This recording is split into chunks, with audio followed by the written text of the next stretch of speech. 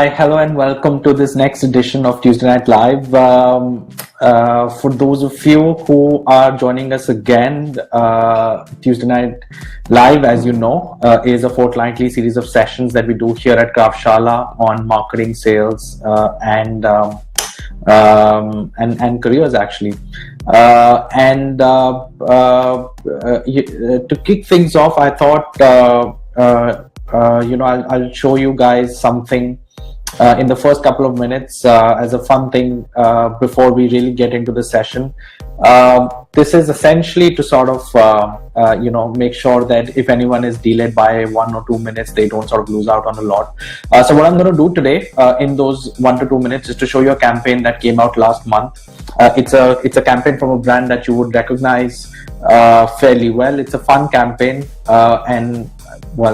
we'll sort of see what you think about it. Yeah, so just give me a second as I play this in front of you. So it's a series of ads. These are created as television commercials of about 30 seconds each.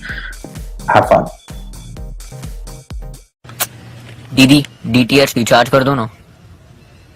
Ronit, तुझे पता भी है मैं क्या कर रही हूँ? I am saving the planet. ये कोस्टर हॉर्स डंग रिसाइकिल करके बना है और ये एनवलप एलिफेंट पूप से। जो हाथ मदर अर्थ को बचाने में लगे हैं, उनसे तो DTH रिचार्ज कराना चाहता है। रो मत, कर देती हूँ on free charge because it's slick, it's quick, chick chicka चिक चिक। मेरा गोबू गोबू गोबू। ओए स्वाति, इलेक्ट्रिसिटी बिल भर दे। It's your turn. रुक्मिनी इस बेजुबान एनिमल को देख रही है? ये बोल नहीं सकते, ये तो खुद से अपने नाखून तक नहीं काट सकते। जो हाथ इन्हें अनकंडीशनल लव और अफेक्शन देने के लिए बने हैं, उनसे तो इलेक्ट्रिसिटी बिल भरवाना चाहती है। She is so insensitive. But कर देती हूँ on free charge because it's slick, it's quick, chick chicka चिक चिक। बेटा मेरा फोन रिचार्ज करे जरा। चाची मेरा phone. All right, so now that's I think what we classically call a campaign, or for anyone who works in an agency, that's classically a campaign that, or a brief that you get where it's really the entire work is set for the agency to figure something out. So for those of you who are completely unfamiliar with the marketing process, essentially the marketing brief, the communication brief is created by the marketing team, which is, let's say, the client, let's say Nestle or Unilever, and then they give it to a creative agency, or ideally create that brief together. But essentially the brief as an input is given to the creative agency, like a McCann or Leo Burnett or Publicis or so on and so forth, and then it's the agency's job to come up with a creative idea that delivers on that brief. Now, in most cases, you would hope that the marketing team has been able to figure out something which is something which is fundamentally true about the brand, that allows it to hold a strong positioning in the market about something which is new, and then the creative's job is to be able to tell an interesting story around it. In this case, if you see what the exact offering is, it's not very different from what has been well marketed in the last 4 years, aggressively marketed by a whole host of players. And so so it's this kind of thing that really, if the ad was not interesting, will be a total flop. And in that kind of a scenario where there's so much pressure on the agency, I think that these guys have done quite a good job of cutting through. I mean, the nuances that you can see in this ad of speaking to that audience, and the tonality in which they speak to the audience, the kind of humor that they sort of have chosen. It speaks really well to a young college-going audience, which is what FreeCharge's key demographic is, and so in that sense, they've done a fairly interesting job. But but I just wanted to show you, I wanted to start off with an example that sort of demonstrates how bad things can get if you're sitting in an agency side, when the entire pressure of coming up with something is you. Perhaps some agency folks like it as well. So who knows? I've not really worked in an agency. I worked on the client side only. So my name is Varun Satia, and I lead a platform called Kraftshala, which is now the largest online learning platform in the top 40 business schools of the country. Although that's not the only place where that's not the only place where we exist in. That definition itself, I guess, is a little predated, because we've launched programs for different segments, including one for working professionals. So for those of you who are working today, you'd be happy to know that we've launched a program in brand management. It's called Professional Brand Management, and the intent is to help you kickstart a career in brand management.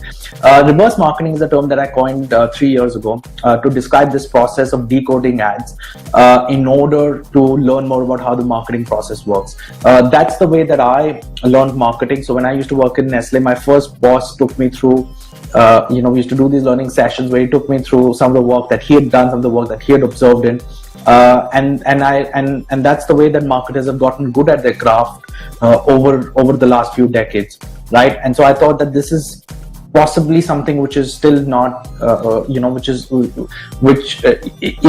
perhaps, if it could be structured better, could give even more greater insights. And it's certainly a fun way to learn marketing, rather than learning learning the full form of 4 Ps and 7 Ps and arguing unnecessarily over things that are not relevant, right? So reverse marketing, decoding of campaigns, essentially is the best way, the most fun way to learn marketing.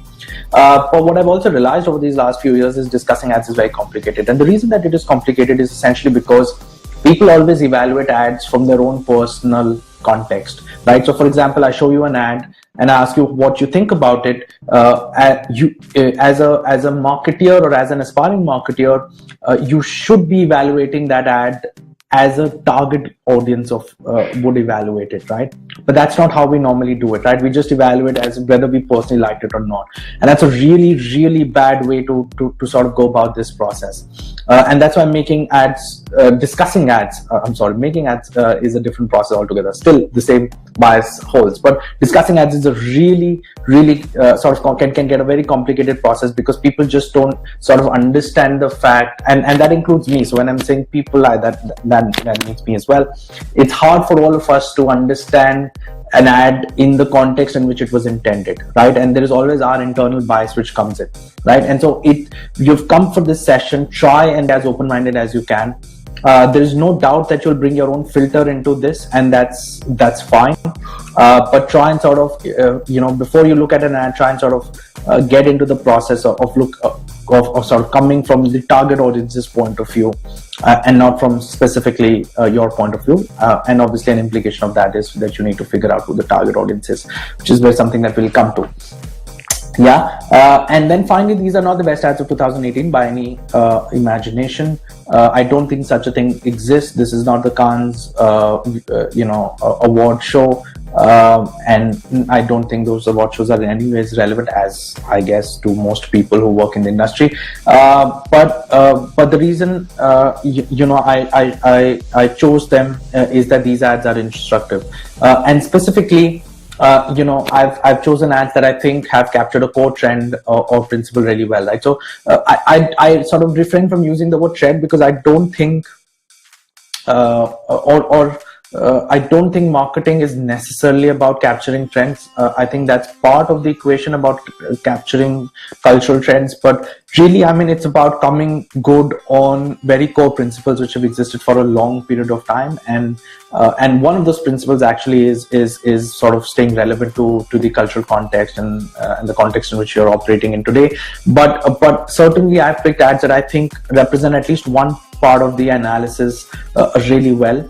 I've tried to pick ads that are trying to do something ambitious or new in some way, and I think that's more fun to evaluate on. Obviously, these are not perfect ads, but it's much easier for it's much easier for us to sort of look at the work when it's ambitious, because then you can really see the things that work for it and the things that don't.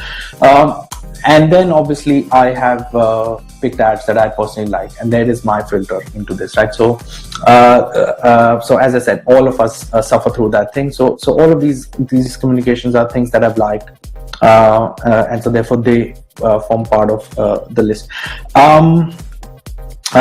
One note that I would like to sort of add in here is the fact that it's much easier to decode an ad than to actually make one. And so if there's any criticism that I give here, I think that's in the context of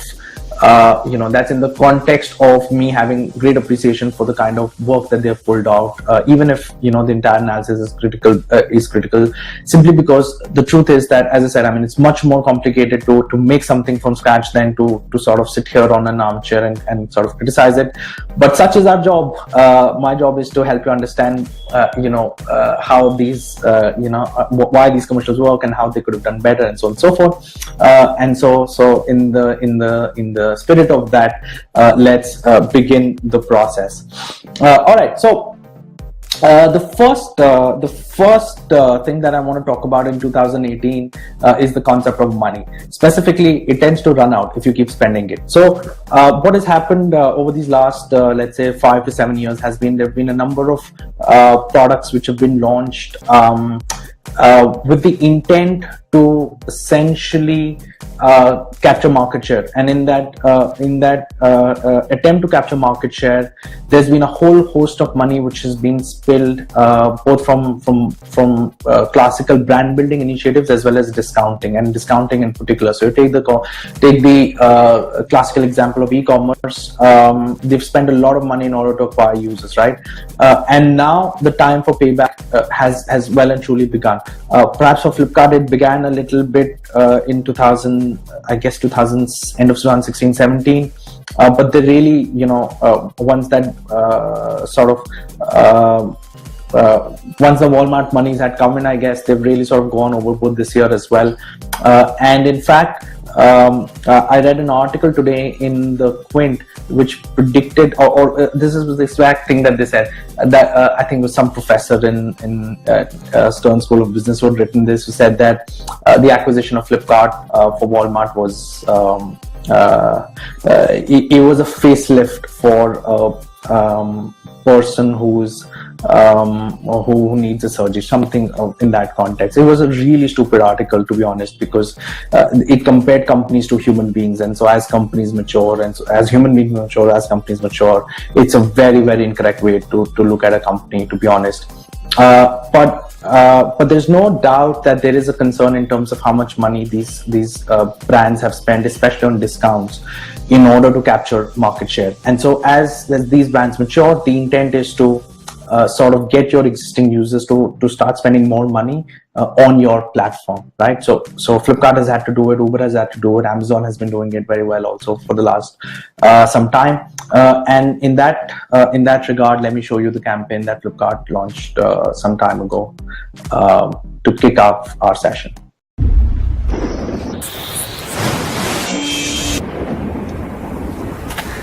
thank you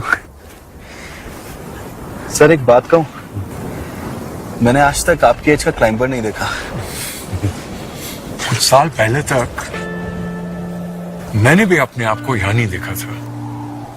so if you don't mind me asking, how old are you? Too old? अगर मैं ये सोचने बैठ जाती तो बैठी ही रहती। अभी तो I have a long way to go. I'm only 3.5 abs old. कौन कहता है नई चीज सीखने की कोई उम्र होती है? Today I've become 1 online order old. आज मैं 6 कंप्यूटर क्लास जाओ समझा? और मैं कम से कम 35। दादी, आज तो तुम मेरे से बहुत छोटे हो। Single mother, 2 grown-up kids. लोग क्या कहेंगे? पता है मोस्ट इम्पोर्टेंट लोगों ने क्या कहा? You're looking good, Ma. This evening I will be 2 dates old. You know what? I'm 14 laps old. and going to turn 50.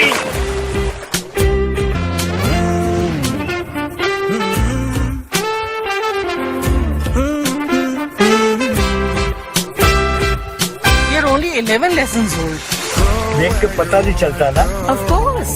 कुछ जगहों पे एज लिमिट होना जरूरी है, लेकिन इधर नहीं।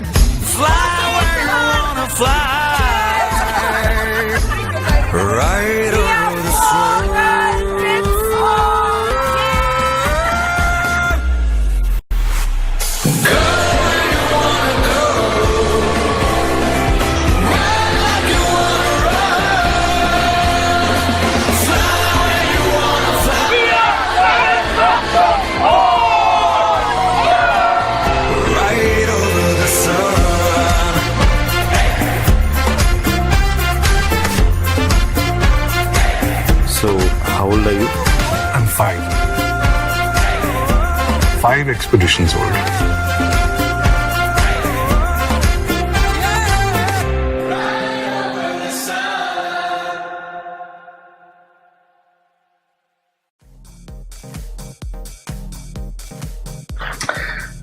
All right, so let's get to the analysis part of it. So some of you I know like this campaign, and some of you did. As I said, we'll all evaluate from our own filters, but our job here is to evaluate it as a marketer. And so before I sort of share any comments about it, I just want to give you a sort of an indication of how you can potentially analyze a campaign. So consumer engagement funnel is how we really look at the strength of a brand, and you essentially look at these numbers in comparison to your competition, right? So you start the consumer journey at an awareness level where the consumer needs to be aware of my brand. Then you take it to a familiarity level, which is do they know about the benefits of my brand? So for example, you can know that you can know about the brand Tide, but you may not know the fact that Tide is essentially a brand that is there for the best whiteness solution which is there, right? So they need to be aware of the benefits, and then from there you get into relevance, which is do the users find these benefits relevant, right? And so from there you get into trial. So if the people find my benefits relevant, then are they trying me? And if they are trying me, are they repeating? And if they are repeating, am I still the most often used brand for my user, right? And that's how the journey goes in. So by the way, I can add one more layer to it, which is advocacy, right? So the reason I haven't shown it is because advocacy doesn't really fit into the funnel very clearly. But just for your context, I might be a loyal user to a category, may not be advocating that brand, right? Because the only way, the way that we measure loyalty is simply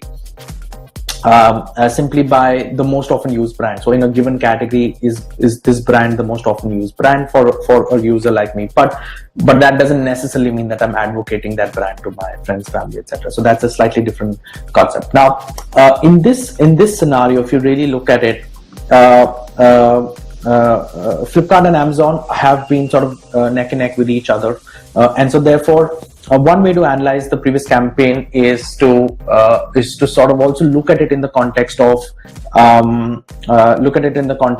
the fact that a user often sort of switches between Flipkart and Amazon, right? So either way, it is your job as a brand builder to get the user to sort of start using your platform most frequently, habitually, right? But that doesn't always happen, and especially when there's a lot of money which is lost in once a user searches on Google to see where the cheapest product is, right? So you want to buy a washing machine. If you're going on Google to search where the cheapest price is, as opposed to going to Amazon or as opposed to going to Flipkart, then that's a real problem for those two brands, because ideally they would want to be the destination that you look at, because then they can actually charge a decent price for the users, and you're also more likely to sort of use them, right? And so therefore, even though Flipkart is the market leader today, from a brand point of view, Amazon is still a very, very powerful brand, right? And so while Flipkart is trying to increase its business, there is a very clear intent that they have expressed through their communication that they are sort of trying now aggressively to build a brand that people can associate with, right? And the reason that I can say that is because this campaign that I just showed you is actually the second of a similar line of campaigns that they've launched this year itself. The first campaign was called Penguin Dads, and if you'd like, today maybe not on the session, but towards, as I said, maybe in the questions bit, I will take that. You might be able to sort of see the clear connect between those two campaigns, because the strategy was very similar. You pick a sharp audience, which you can do on the internet, because while the TV on the TV platform, you have to run an ad on Star Plus or on Star Sports, and it goes to everyone. On the digital audience, obviously, you can be a lot more particular with your analysis, right? So you pick a sharp segment of people where you want to drive usage of your brand. You figure out a really powerful insight for that user, which ties in back to your values, which is essentially, in the case of Flipkart, very progressive outlook to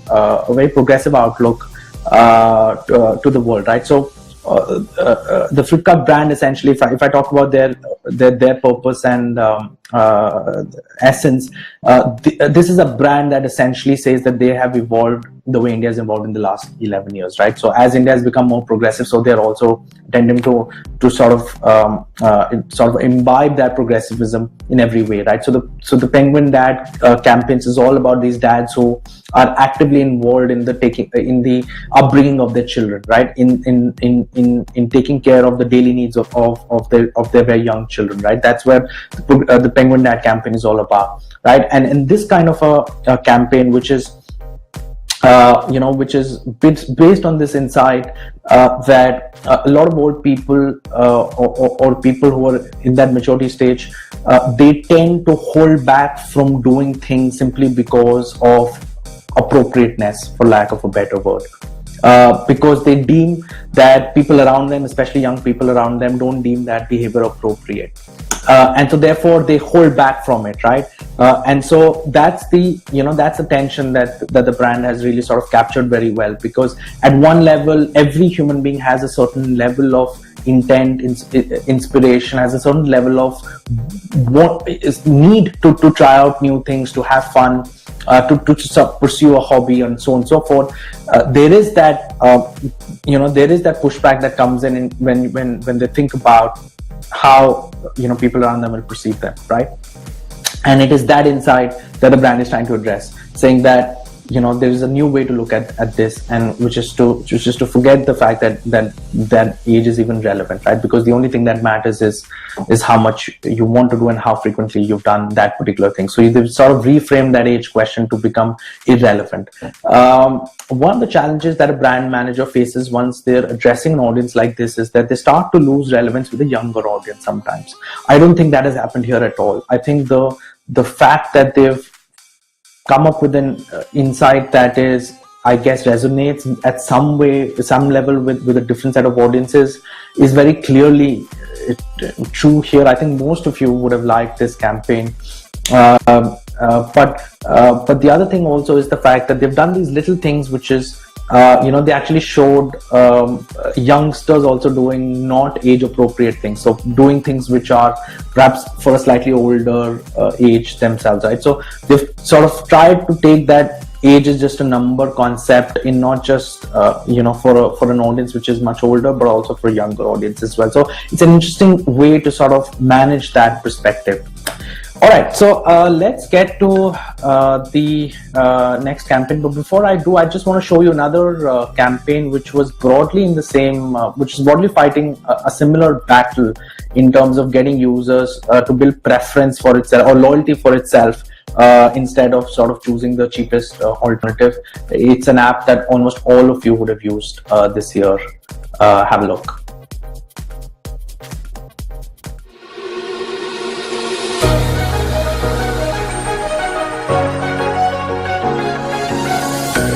छोटा हो सफर, चाहे लंबे फासले, अब रुकना नहीं, दुनिया बदले चले। नन्हे नन्हे कदमों में बड़े बड़े अरमान हैं। चल तू निडर उड़ान पर, अब खुले आसमान है।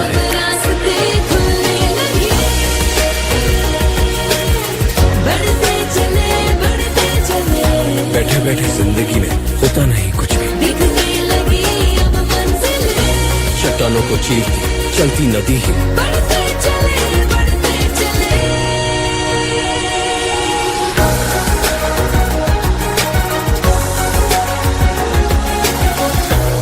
सुबह हो या शाम हो या काली आधी रात, हमको तो चलते जाना है, कैसी भी बरसात हो।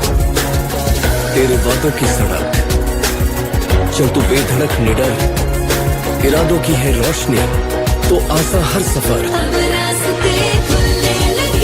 जुनू तेरा, जुनू मेरा, कहे अब रुकना नहीं, बढ़ते चले, बढ़ते चले। हर दिन लाखों लोग जुनू लिए बढ़ रहे हैं आगे, और हर सफर में उनके साथ है उबर, बढ़ते चले।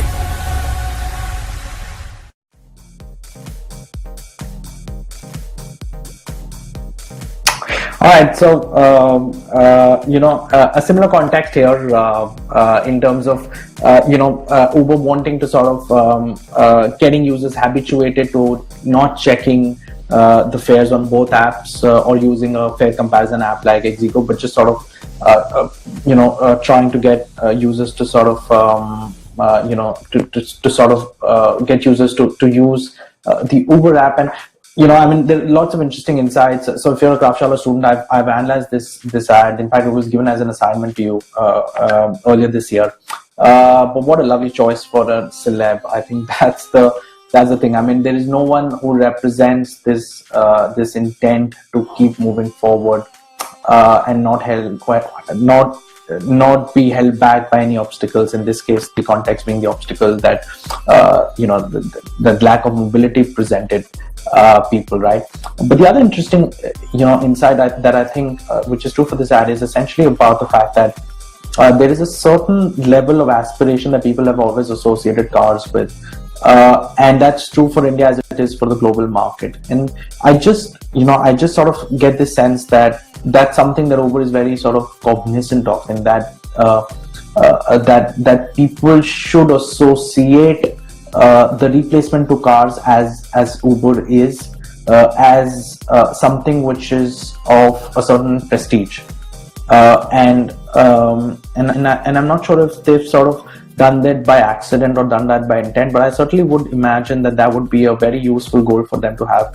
Move forward, just for those of you who would like to know, is an international campaign. It was launched in the context of Uber being involved in a lot of controversies, and when they sort of brought this campaign to India, that wasn't really a problem for them here because the Uber controversies had not really affected the brand in a big way. But Move Forward was still a powerful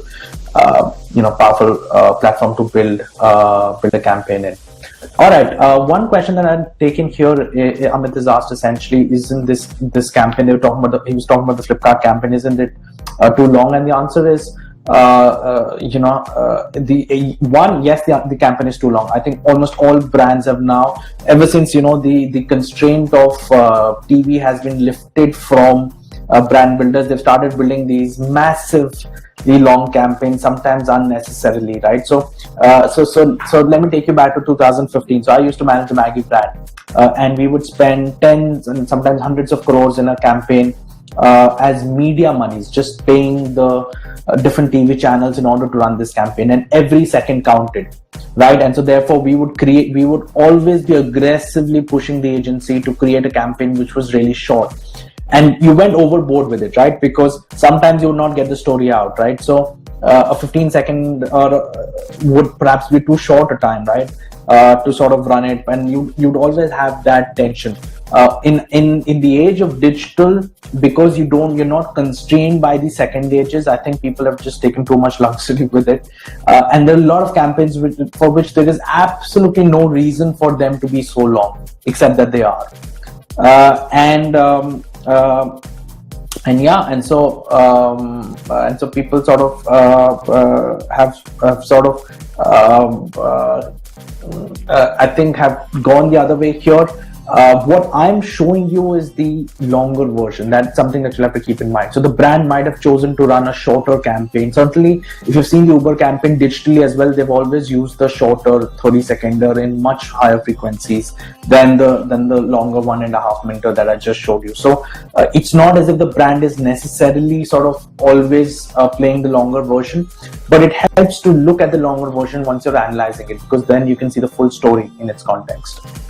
All right, so let's get going. We're running a little behind. We're running substantially behind, guys. I blame that on you, even though you guys are not responsible for this one at all. But let's go forward. This year has been the year of taking a stand. Now, brands have been taking a stand for the longest time, but this year the strategy really sort of came into prominence in a very meaningful way, because Nike did something that really drew supporters and the anti-supporters, the protesters, in equal sort of measure.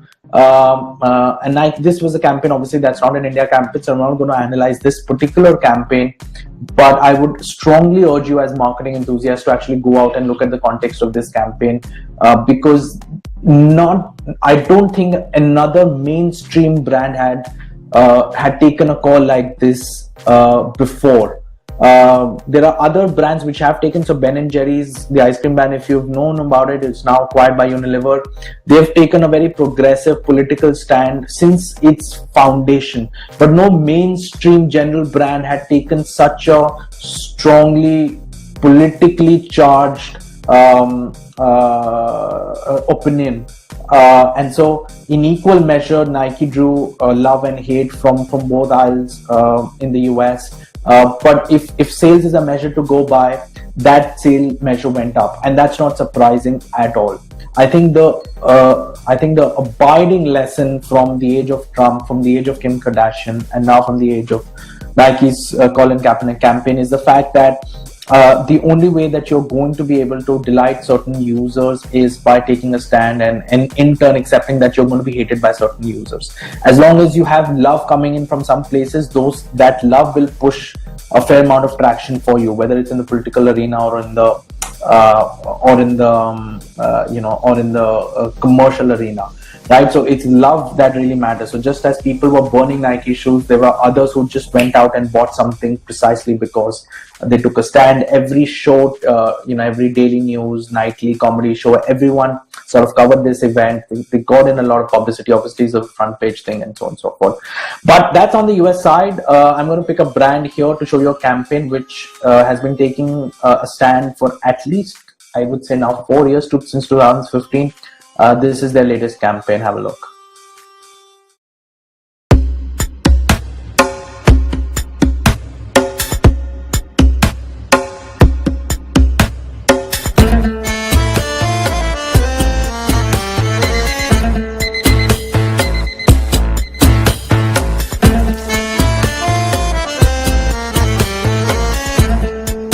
"2:30 sleep, 4:30 wake up.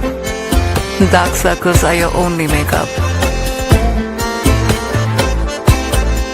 Wear your scar like a gallantry star.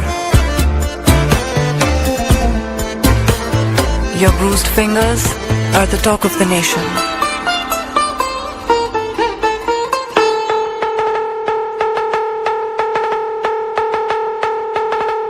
These twisted feet get a standing ovation.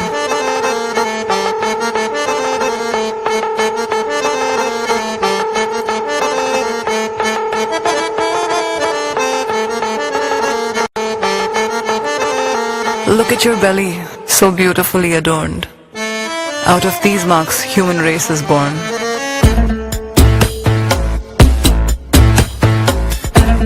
Be proud of your chest. It has won a war. Flaunt what makes you who you are. Titan Raga. I am.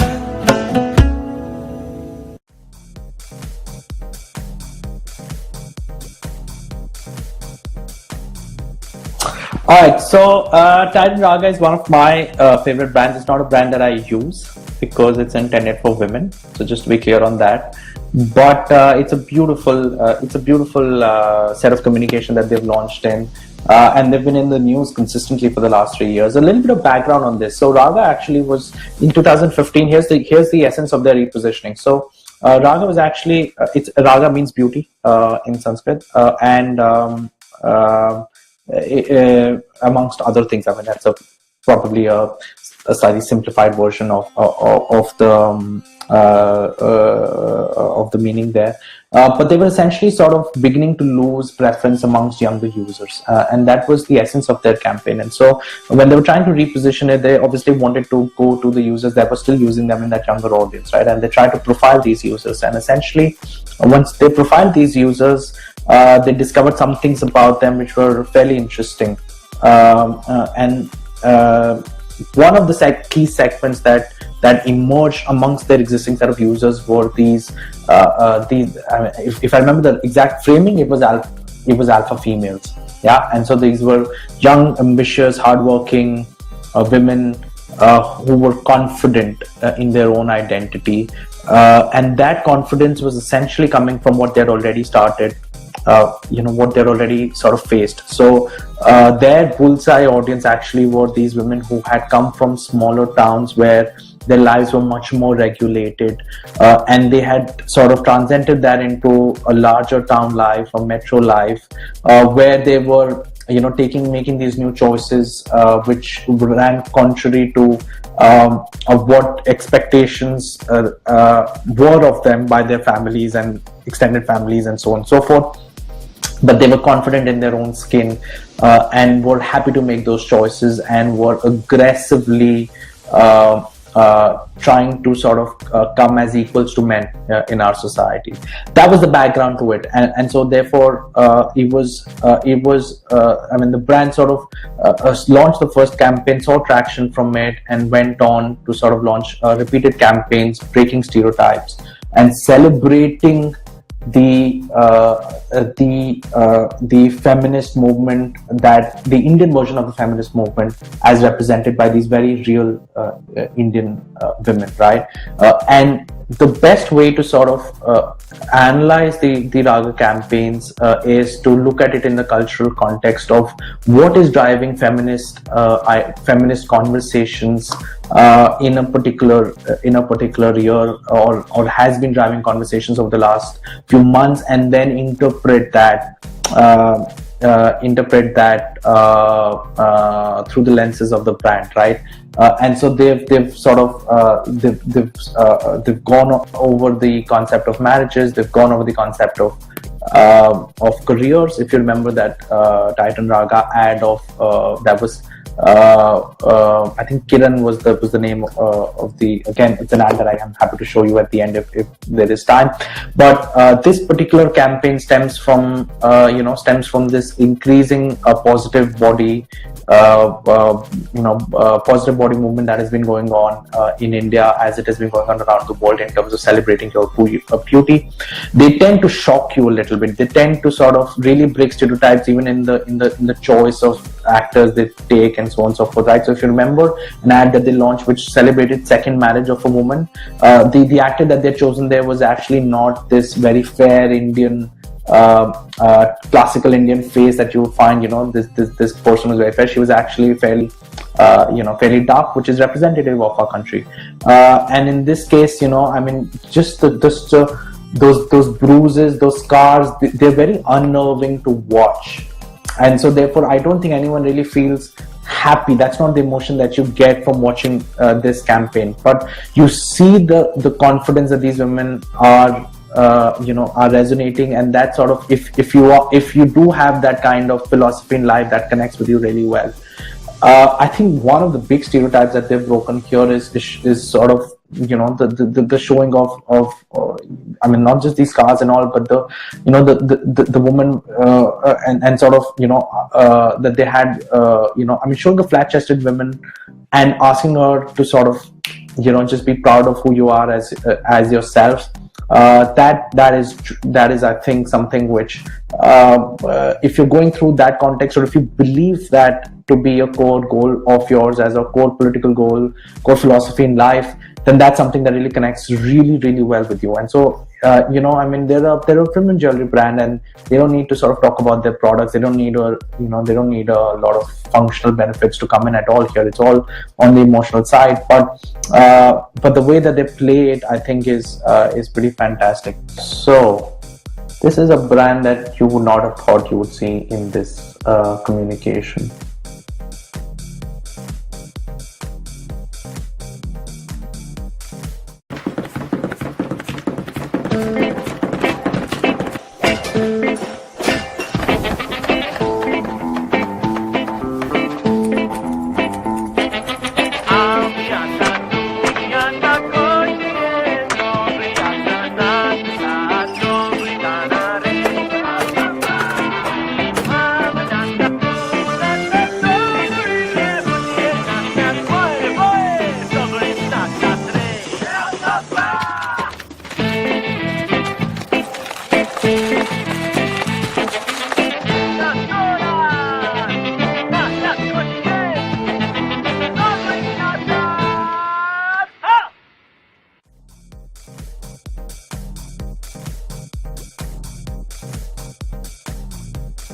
All right.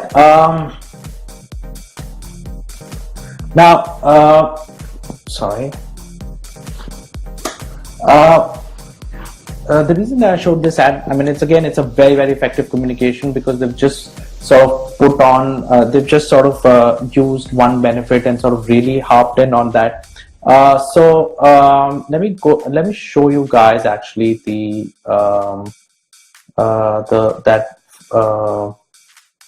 let me show you that the prism again. Yeah. All right. So if you can see the prism there, the middle thing is the benefits thing, right? So when we talk about functional and emotional benefits, that's something that you need to decode of an ad. We've talked about objective, your insight in some of the previous campaigns. I want to talk a little bit about benefits. So a benefit is essentially, there are functional benefits and emotional benefits. And one of the things that you sort of learn as you create communication is the fact that people are not really paying attention to the ads. They're not like you, who really sort of paying close attention to the ad. Most people are doing whatever they're doing and ads are just sort of playing in their mind. So playing somewhere, right? It's playing on a screen or you're just waiting for it to get over. And so therefore, it's very important to be single-minded in the way that you communicate a benefit, right? You choose one benefit to go after, and you communicate that single-mindedly. And I think Motilal Oswal, in the 3 decades that they've been around, if you look at some of their earlier work as well, not just video campaigns but print campaigns as well, they've been very single-minded. The one thing that I found interesting here was that they had actually changed that benefit in some way, right? So they've always been focused on equity, but they'd always sort of come from a very from a very rational point of view, that the reason that they're very good at equity is because they have solid research. Now remember that they are operating in a category which is highly regulated, and so therefore there isn't a lot of differentiation that you can do in this kind of a market, not unlike any other FMCG product, I would say. And so in that sense, what you stand for in the user's mind has to come from other places, right? It has to come from something which is authentic, original about you, but others cannot sort of copy it, because the solid research bit is something that had been copied a fair bit over the last 3 years. I think that if you've sort of seen financial campaigns, you would see that, right? But the one thing that people or their competitors can't sort of take in is the fact that they're very single-minded on this. And so you take something which is original about your product and you sort of translate that into a benefit, which is the fact that because you are focused on it, therefore you're sort of an absolute expert in it, right? That's where the benefit comes in from.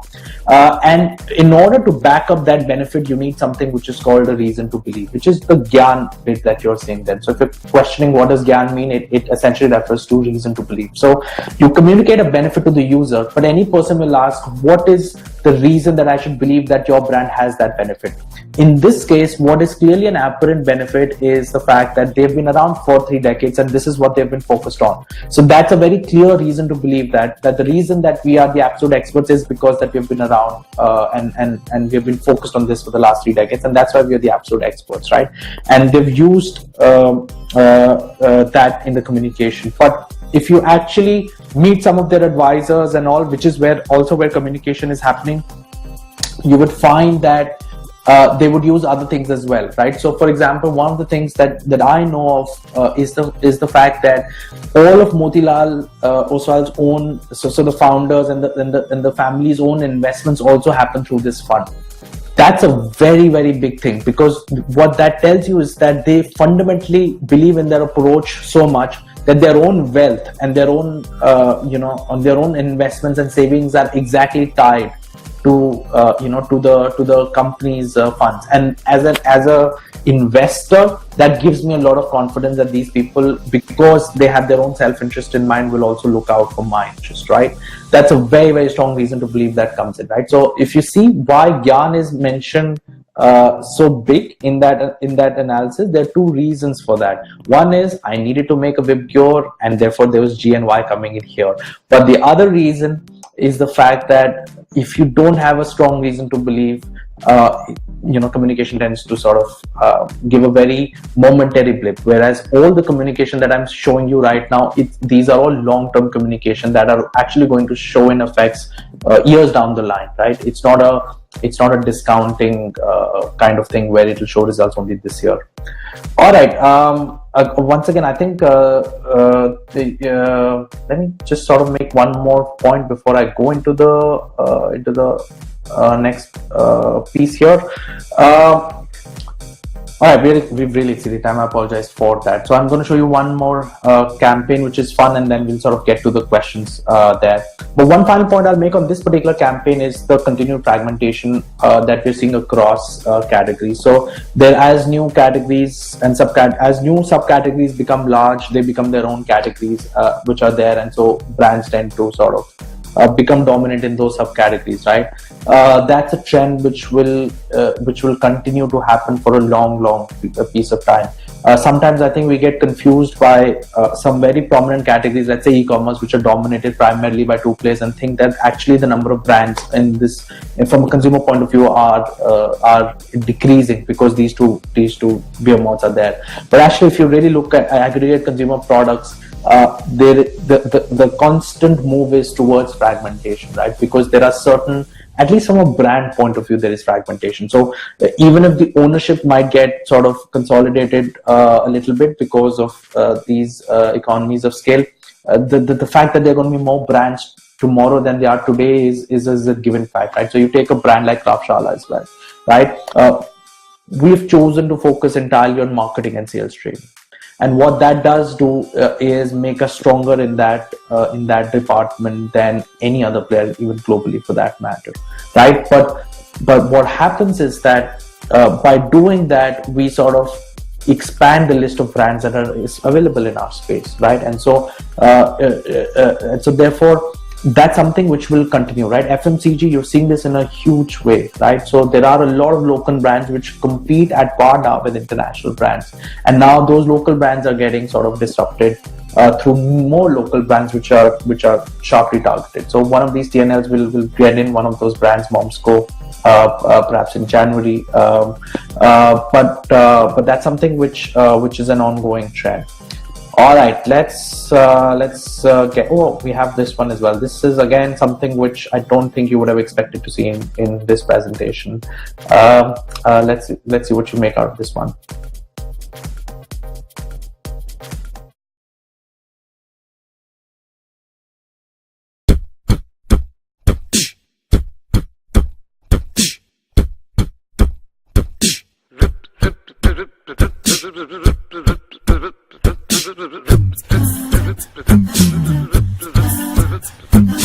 Sir जो तेरा चकराए या दिल डूबा जाए, आजा प्यारे पास हमारे, काहे घबराए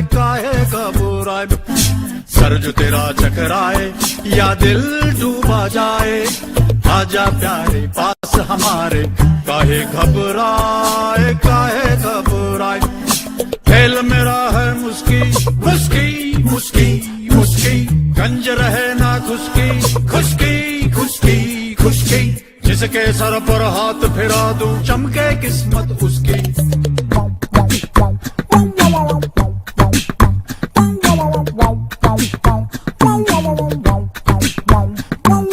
प्यार का हो वे झगड़ा या बिजनेस का हो रगड़ा, सब लफड़ों का बोझ हटे जब पड़े हाथ एक तगड़ा।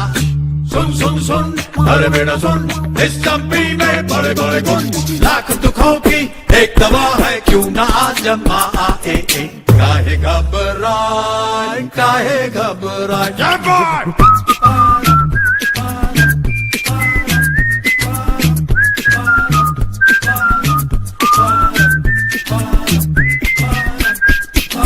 सर जो तेरा चकराए या दिल डूबा जाए, आजा प्यारे पास हमारे, काहे घबराए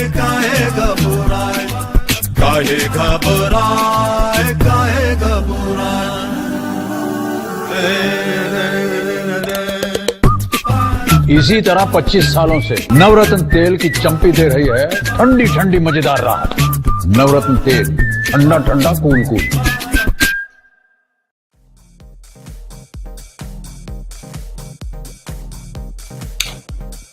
All right.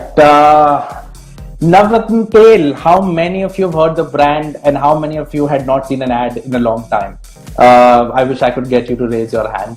But the reason that I put this one in essentially is because it's kind of a follow-up to one of the first Tuesday Night Live sessions that we'd done with Samvit, where we talked about brand consistency and brand newness, right? So one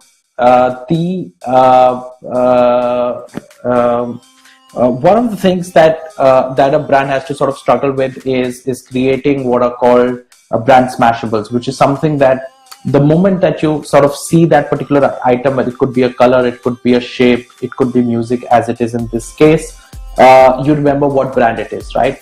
So there is a concept of as a brand manager that is called branded cut through and execution cut through, ECT and BCT. So what execution cut through is, you ask people whether they remember a particular ad, and if they do, what elements of it you remember, right? And if someone can broadly describe what the ad was, or even if they remember it a little bit, that person is marked as yes, right? So that's a percentage that you get out of 100 people that were actually shown the ad, how many actually remember that they've seen the ad. There's something called branded cut through, which is that they were able to not just remember the ad but map it back to the brand in question.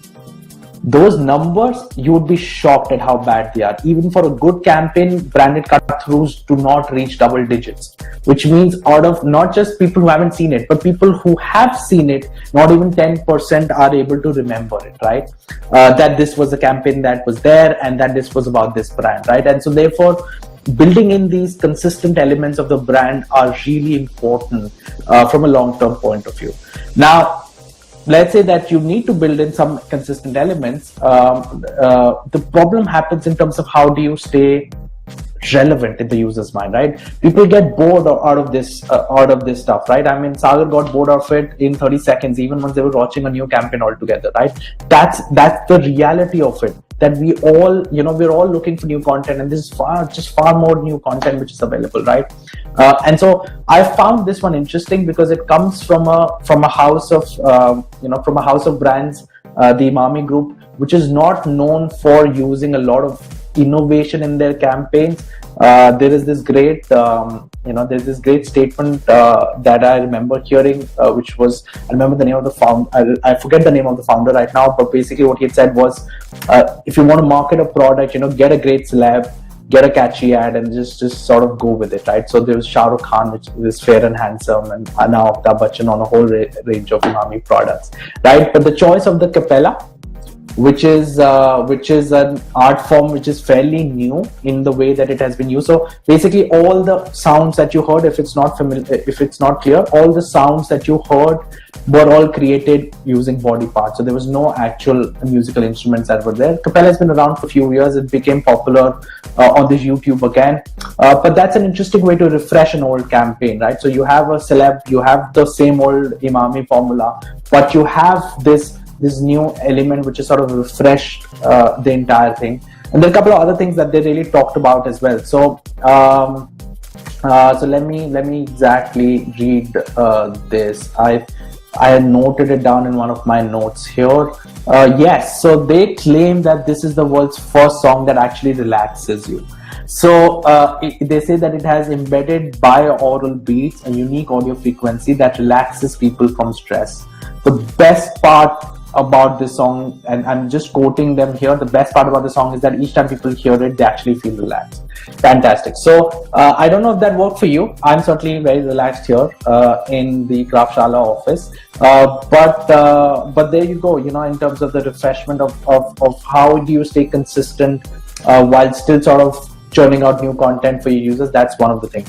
If you want to understand the business context behind this, essentially Navratna Tel has been it's an OTC product, which is an over-the-counter product. So imagine like Iodex and all these kind of pharmaceutical products that you don't need a prescription for. That's OTC, and they've essentially been losing relevance to a whole host of new players. And in their analysis, what they discovered was the fact that people thought that Navratna Tel is something that you use only or when you're sick, when you're sort of unwell, whereas any brand would like to get into habitual usage, right? And so therefore, instead of just being used when you're sick, you try and sort of get people to use it on a whole host of remedies, a whole host of issues where the product can remedy, right? And so therefore, it's not just the song, there is obviously a business context to it as well. But I found it very interesting that a brand that old and that conventional in the traditional terms had chosen to use this form. There is another campaign, if you like, that called Raga, which came in last year, and was also it was decent. So I don't think that you'll learn a lot. But yeah, if you like the song, you can go back to it. Let me get to the last campaign then that I have for you today. Correct. So why don't you put in your questions and let me get, as I said, some of the basics out of the way. So Kraftshala, as many of you know, runs online programs. And we're very proud to sort of launch a new program for working professionals. So all those of you who are working currently and want to get into a brand management career, we have a program which is called the Professional Brand Management Program. And that's a program that essentially is created, as I said at the start of it, has been created for people who are either at the start of the brand management career and want to become great brand builders, or who are coming in from the outside. Either you're working in category, sales, media, any of these roles, and would like to get into a formal brand management role, right? So it's about a 3-month-long program. Let me get to the questions. There's a very interesting question from Manan, which is, with reducing attention spans, do emotional campaigns still work? The rule of communication is that the only campaigns that work are emotional. Now, that's not to say that people don't need functional or rational reasons for it, but the truth is that emotions are what move people, right? So there are two reasons for that. One is that it is the best reason that we know for stories to exist. The evolutionary reason for stories to exist is to help us change our mind. And stories typically work through emotion. That's one. The other thing is emotion builds memory, which is what you need in order to sort of get someone to act, right? So if I play an ad to you and you don't remember it, then that's a complete waste of my monies, right? But if I trigger some emotion in you, whether that emotion is humor, whether that emotion is love, whether emotion is nostalgia, whether that emotion is a general celebration or inspiration, then that's something which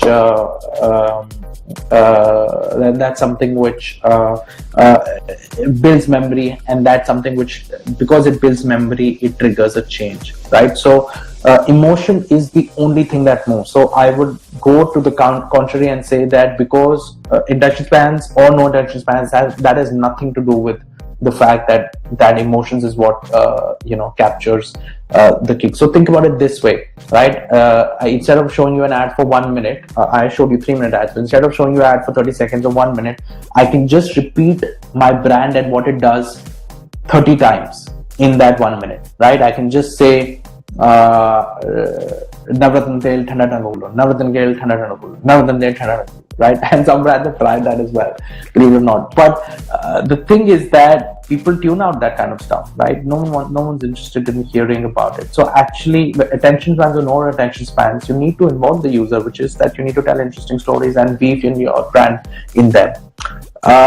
But it's a good question. Rahul asked when we will see an ad from Kraftshala. We made one, Rahul. Do you want to see it? What campus are you from, or where do you work? I'll send you a link. It's something that you might, that is very different from what you would have seen here. Very low budget, but far more creative, but very creative as well, like some of these campaigns are. Alright guys, I'm trying to upload a new campaign altogether. Give me a second. Let me see if this works. All of these campaigns I had sort of uploaded it just a few minutes before the video. Let me see if...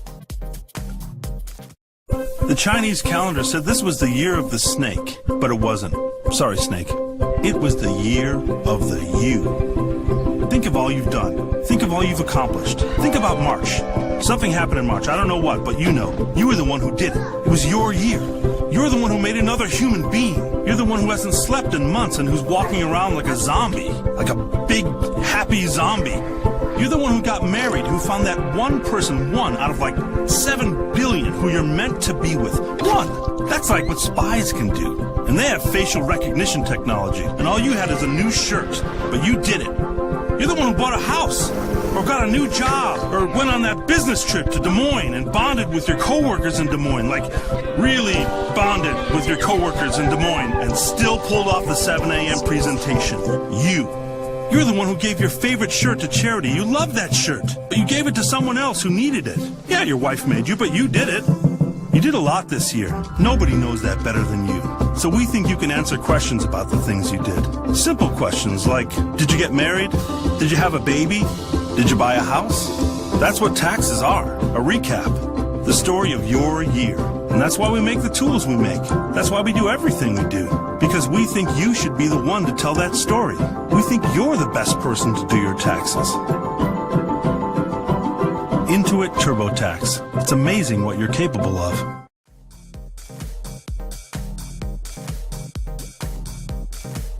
Alright, I bet you wouldn't have seen what the ad was about for about 90% of the time.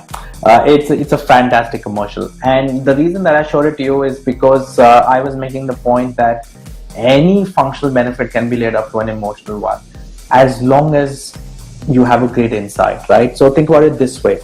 The US is essentially a market where about, if I remember the numbers correctly, about 35% or so, I think people actually fill up their taxes themselves.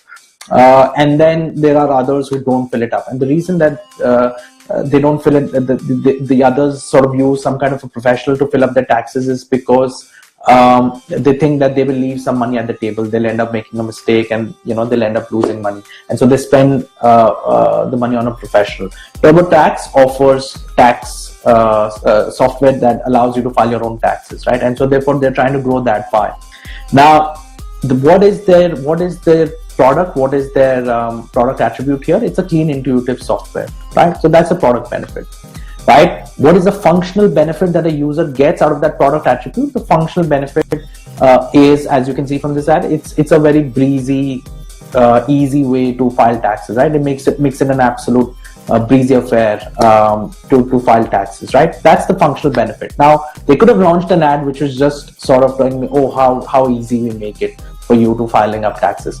Here's the thing, that kind of a campaign doesn't really sort of cut enough with users as opposed to this kind of a campaign does. It really sort of, it's something that people get.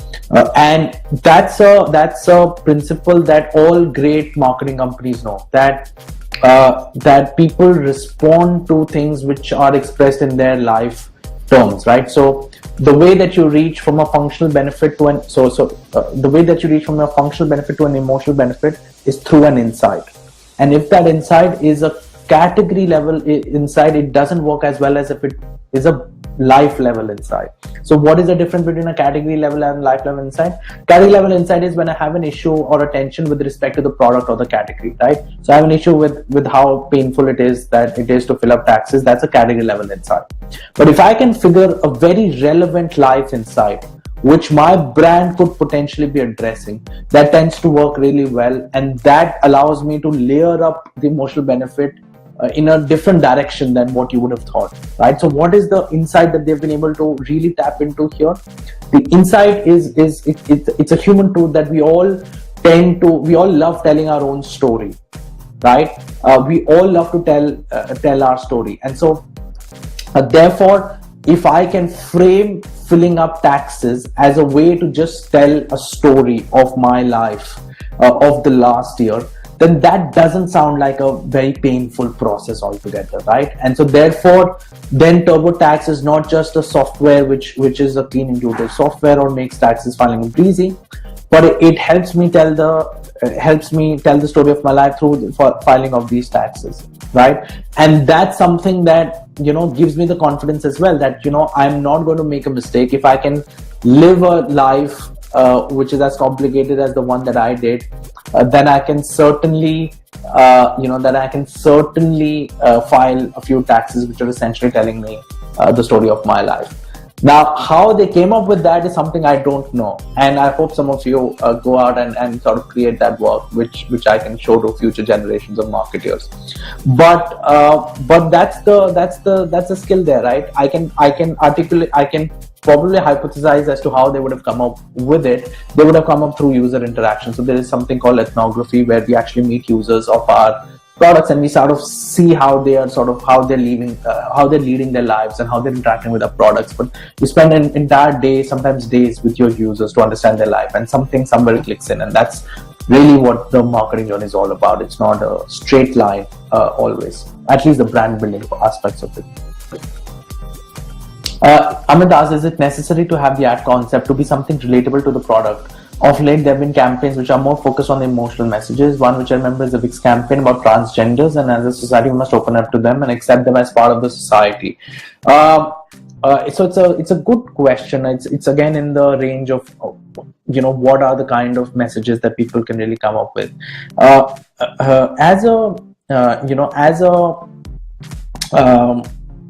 As a marketer, as a persuasion professional, I can tell you that the reason people the reason people make choices is not it's not a rational straight line that this brand A is better than brand B on some rational parameter that I know of, and that's why I make the choice.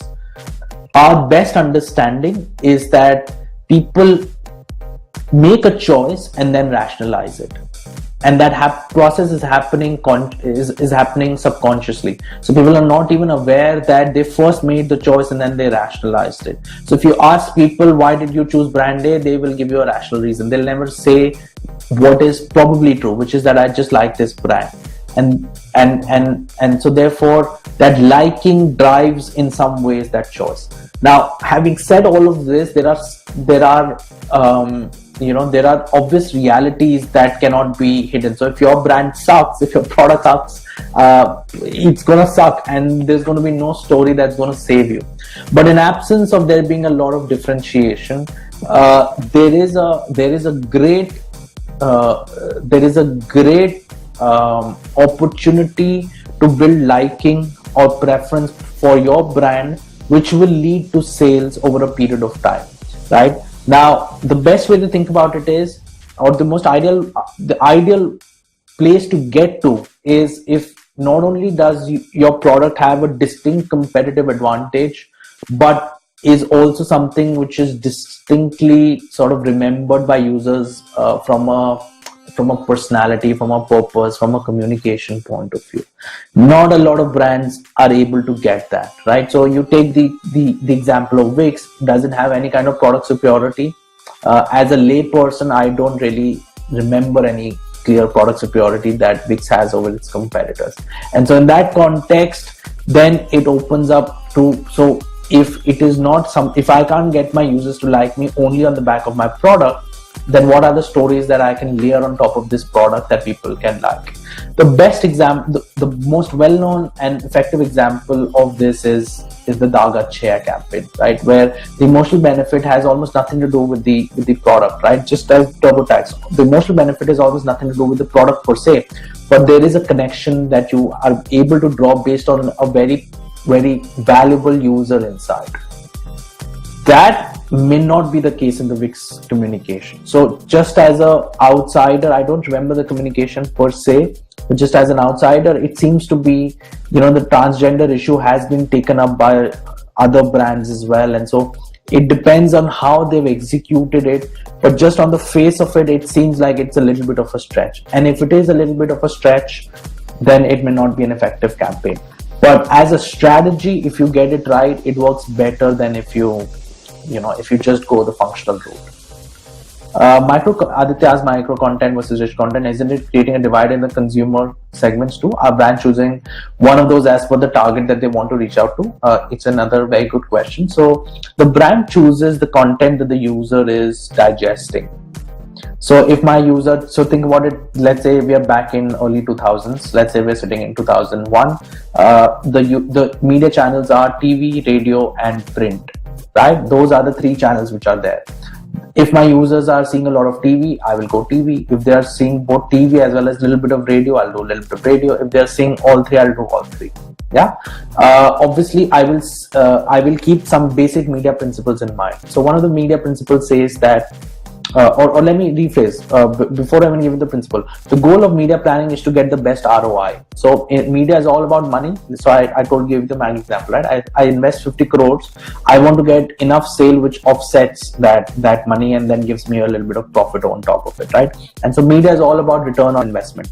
Not all the returns are measured in money. So a lot of these campaigns that I showed you may not show enough level of movement from a sale point of view, immediate sale point of view. Let's say I measure the uplift that I get in the next 3 months after running that campaign, but I also measure how my brand indexes, my brand equity measures have gone up or down sometimes.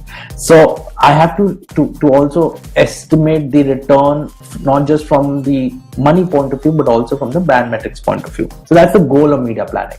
Then there are other basic principles which are involved as well. So people tend to respond, all media professionals will tell you that campaigns work better when people hear that message from different sources. So if I have the monies to invest, I should be investing behind multiple formats. In this case, if people are consuming both rich content as well as micro content, I would like to invest behind both. I might tell my story a little differently. The micro content may not even be a story but a short message, whereas the rich content is something that people will consume once, right? So the way we planned TV campaigns was in the first couple of weeks we will show the longer version of the campaign, let's say the 45 seconder, and then as the weeks would go by, so in the third week we'll show a mix of 45 and 15, because to the person who's being shown 45, I would only like to show them a small version of that campaign, which just reminds them that this is the brand and this is what I want you to do about it, right? So I will change the ratio to 80% 45 seconder, 20% 15 seconder, and then I would keep changing this ratio so that in the last week it will just be, or the last couple of weeks it will just be the 15 seconder. Now when I'm running these campaigns on TV, I have no idea who's seen the 45 seconder, who's seen the 15 seconder. So actually it becomes a really messy process. And so I'm just taking my best guess. On the digital medium, I can uniquely identify users, at least on the same platform. So I can show the longer version of the campaign. I can see how much this user has seen the campaign, and then I can choose which version to show them, right? It doesn't work across platforms, which is the media walled garden that we often talk about, where someone might have seen the ad on Facebook, but YouTube will not know that, and so therefore that would be a little bit of a challenge. But there are some ways around it where you can get a little bit of an essence, and certainly there are a lot of other websites where you can see this content as well, and so therefore you can get an understanding. Both Facebook and Google can track that. Right, so that's how the process works in. But you would like to reach out to all of the platforms, or different platforms at least, so that user sees it in different ways. Another principle, by the way, of investing behind a platform is to have at least some monies to be able to get some cut throughs, right? So you might have so little money that it makes no sense. So for example, I had this friend recently who forget that. Let me take my own example. My first campaign was a campaign in which I spent 30 lakh rupees on TV. And it wasn't because I wanted to spend 30 lakhs. Actually, the money got pulled from the brand. But I genuinely thought when I started, 30 lakh rupees kharche hai, I spent 30 lakhs, something I should have gotten from there. I got nothing, right? It's just that money makes no sense, right? It wasn't my intent to do it in any case, but it's just that you need to spend some amounts of money in order to see in a platform to see value from it. So those are all those parameters that you think of. All right, let me keep going down before I go up. So Aditya asked an interesting question. They had campaigns with a good BCT. BCT is branded cut through. So good BCTs could actually target an imprint, cultural or behavior, like Navratna used a song which was an old classic acted. Yes, in Pyasa film. So how does one find imprints with which the consumer base would relate to in such a diverse country like India? That's why the creative agency is there, because first is you need a certain set of creative professionals who will be able to come up with something. And then the intent is that you will find your insights amongst users, right? So I could come in the cultural conversations, for example, where you can discover these kind of things, or it could come in conversations with users. And frankly, a lot of great insights come from the users themselves, but you have to spend time with those users in ethnography research that I talked about and stuff like that.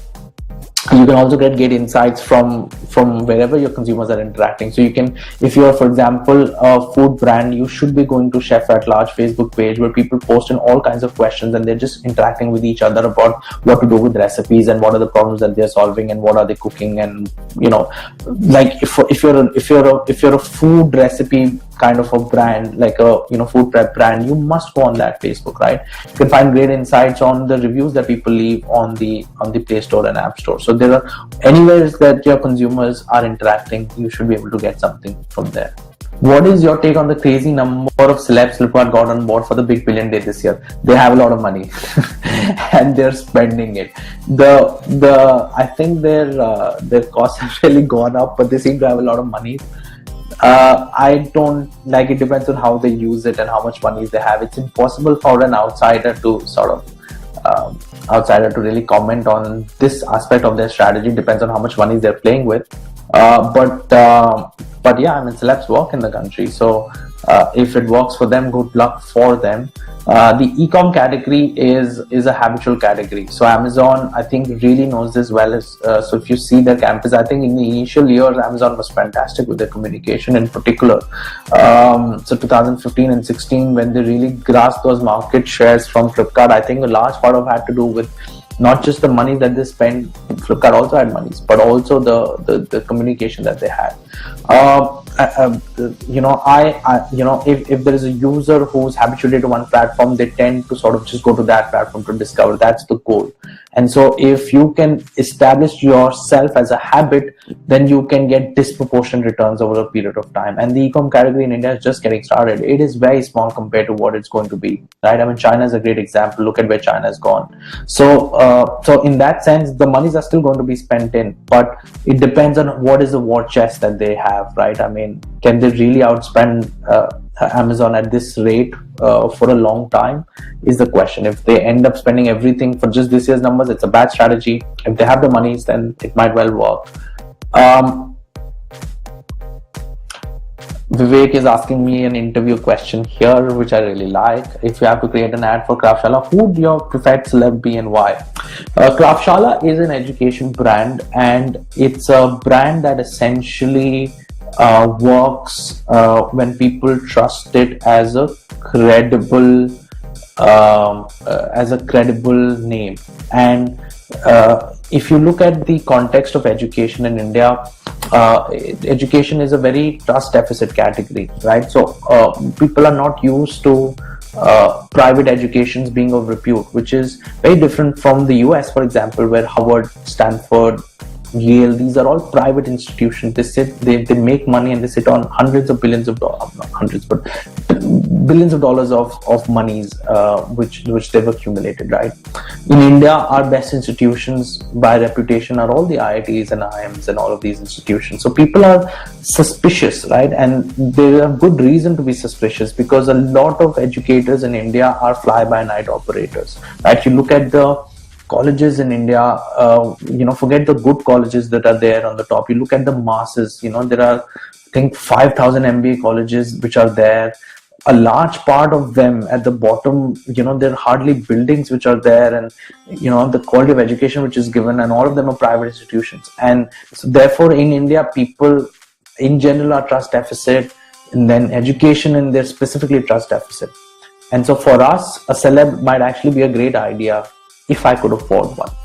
But if I were to choose a celeb, I would choose someone who would be co-creating programs for us, right? So I don't want to use Bollywood, for example. I would use someone who's actually part of our programs, is part of the content creation process, is part of the assessment process, right? And so I would prefer to use someone who is fantastic, for example, in the sales and marketing domain, to be able to come in and sort of, endorse the brand, right? So if any one of them is listening to our broadcast today, you're welcome to come in and have a discussion. Himanshu asks, how much importance would you give to experiential marketing in campaign planning? It's a very good question. It depends on how critical the user experience is to the campaign. So there are some products which are better experienced than talked about, and so in that sense, you want to delight someone's senses once they come in. Through the product or through related things, right? In general, marketing is an act of storytelling, and so the kind of stories you can tell are determined by the kind of resources and infrastructure and technology you have. So there were only print campaigns earlier. Print was displaced by radio as a better medium. Radio was displaced by TV as a better medium. TV has to some extent been replaced by digital, although it's still video content which is coming in. And now you have augmented reality and virtual reality which is coming in, which helps you tell a better story, right? And that's why they will displace video at some point once they become all sort of once they become accessible to the masses. In that sense, as long as the more senses I can delight of a user, the more chances are that they will prefer my product. Now imagine someone can actually experience this product in a given setting, right? In a physical given setting. It's a fantastic thing as long as the costs match up. So if I get good ROIs on it, I will simply do it. Otherwise, I will sort of pinpoint do it as a small activity from time to time whenever I can afford it. All right. So some of us are still in B school. Joseph asked, what level of role would we as future marketers play in shaping these campaigns? Because I understand they're mostly crafted by an agency. It's a good question. So Joseph, what has happened is that brand managers earlier would be creating, let's say, one TV commercial per year. Yeah, even on large brands, maybe at best two, but you'd really be creating one commercial per year. And then you run that commercial for the rest of the year, right? So that creating that commercial would be, the be all and all of your advertising part of your work. Obviously, there are lots of other things that brand managers do. Lots of other things. That has changed because now users don't have the same media options, right? So if I have one commercial, it runs on Star Plus, all the people in my TGC8, I'm happy, right? Now the Star Plus viewership has dispersed into these multiple online channels, not all of which are video based, and so therefore I have to create a lot more content. Imagine creating these images on Facebook and in Instagram itself, right? I mean, I have to keep, so there's a lot more content which is turned out today, a lot more content, like in multiples than it used to be earlier. In that sense, brand managers earlier could depend upon the creative guys to be completely responsible for the creative thing, and they had to be the brand managers had to be responsible for evaluating the creative, right? So you would evaluate it on a certain checklist in terms of how the brand sort of delivered on the key goals of the brand, and as well as the brand purpose and essence and equity and benefits and so on and so forth. So the prism that I showed you is the kind of checklist that you would also have. It will not be exactly the same, not be constructed in the same way, but it will have broadly the same parameters whatsoever when you're evaluating a creative. And so that was to be the traditional role. Today, that role has evolved just because of the sheer content that you create. That role has evolved a little bit, that now you have to actually get involved much deeper in the creative process.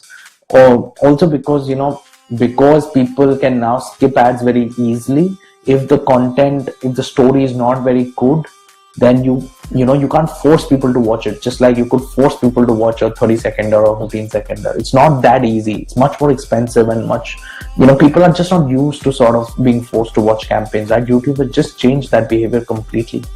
And so therefore, if your